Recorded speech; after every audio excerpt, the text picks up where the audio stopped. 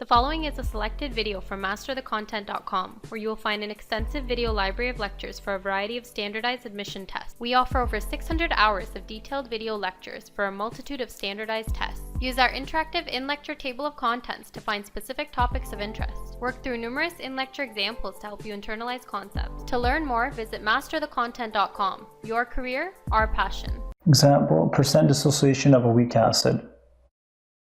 What is the percent dissociation of acetic acid when the initial concentration is 1.0 molar, 0.1 molar, and 0.01 molar? And the acid dissociation constant given to us is 1.8 times 10 to the power of negative 5. Okay, great. So the first thing that we're going to do is what we've always been doing here is write down the balanced equation for our dissociation equilibrium. And this time I'll also just show the water, but I'll just put it on the side here, just so we see it. Okay, and then our acetic acid, and that is in a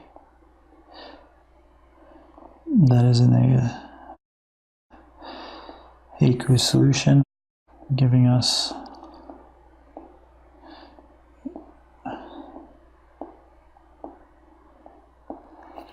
that, and our acetate ion.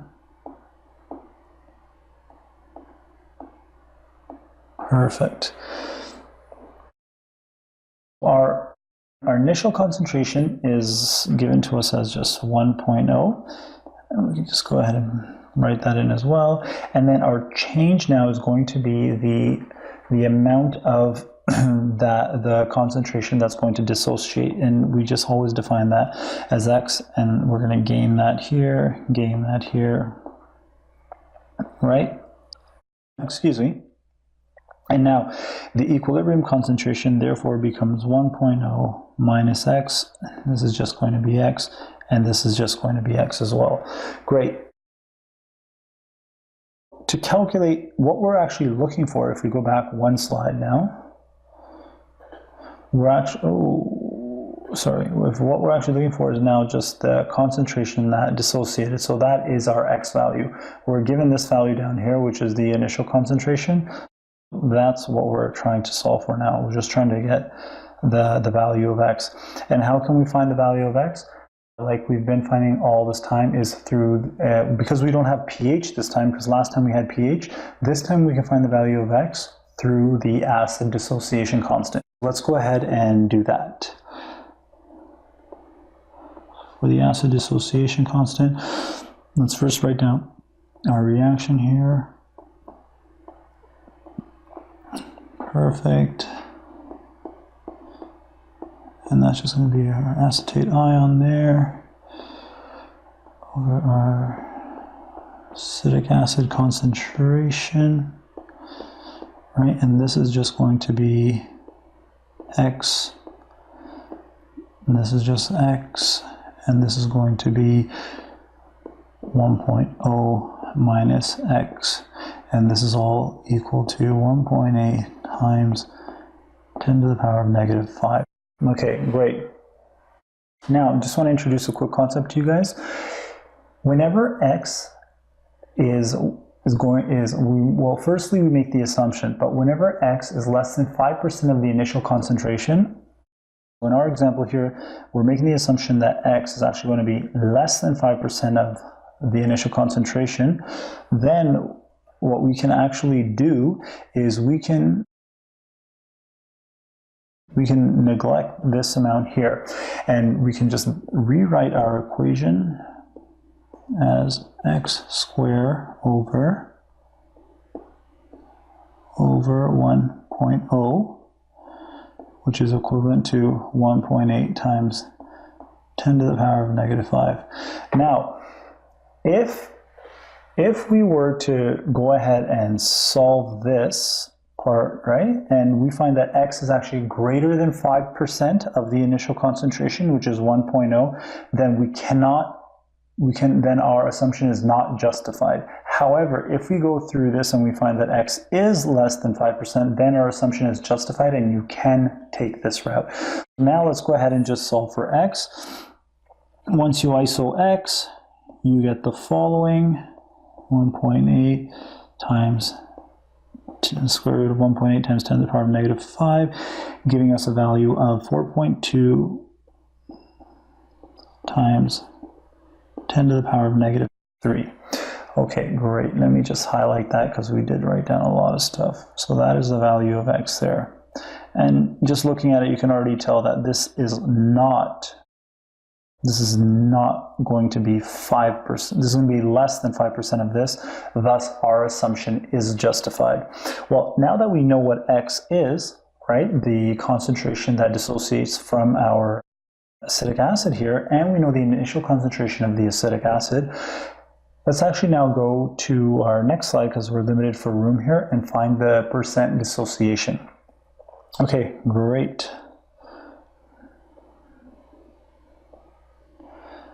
And for percent dissociation, I'm just going to write down PD. Maybe I'll just put percent in brackets for you guys just so you understand.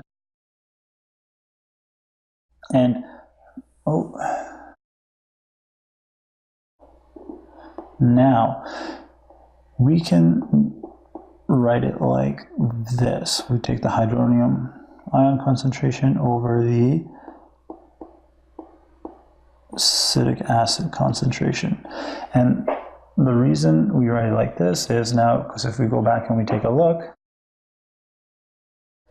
right, firstly, let's go back to our equation. It's the concentration that dissociates over the initial concentration, and the hydronium ion concentration is the amount that dissociates, right? That's why that's in the numerator, and then this is the initial concentration, that's why that's in the denominator. Perfect.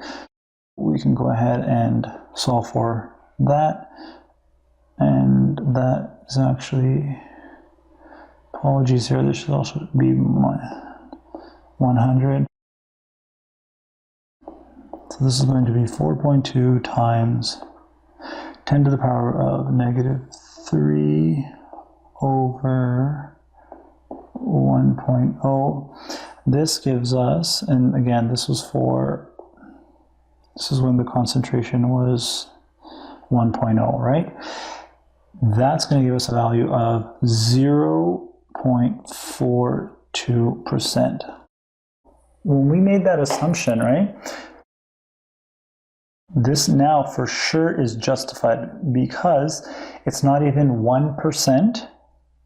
So, right, it's not even 1%. X is not even 1% of the initial concentration.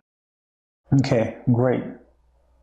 Secondly, what I'm going to do now is I'm going to allow you to calculate it on your own, but when you're looking for the percent dissociation for 0.1 molar solution and a 0.01 molar solution, all you do is at this step here where you have x squared, right, over 1.0, you change the initial concentration here, right, x squared, and you change the initial concentration here, and you start solving from right here for 0.1 molar solution and for the 0.01 molar solution. And once you do that, right, you'll get a value of, let me just write it down here for you. It's going to be 1.3%. You're also going, and then when you do it like this, for the next one, you're going to get a value of 4.2%. Wonderful. And there's something that I want to demonstrate to you guys, and that's why I'm going to allow you to calculate this and just get to my point. Okay, firstly, what we see here is when we go from 1.0 to 0.1 to 0.01, we see that the solution is becoming diluted. And as the solution is becoming more diluted, we're seeing that the percent dissociation is increasing, right? And furthermore, because this is less than 5%, that's why even for the 0.01, our assumption is being justified. Perfect. Just want to introduce that. Just want to reinforce that point to you guys. Now, getting back to what we were just talking about, because our solution is becoming more diluted, our percent dissociation is increasing. And now, if we go back a few slides, right here, we said that primarily for weak acids, percent dissociation increases with increasing dilution, right? And that's exactly what we're seeing here. That as our as our solution is becoming more diluted, our percent dissociation is increasing. Okay, wonderful. That brings us to the end of that question.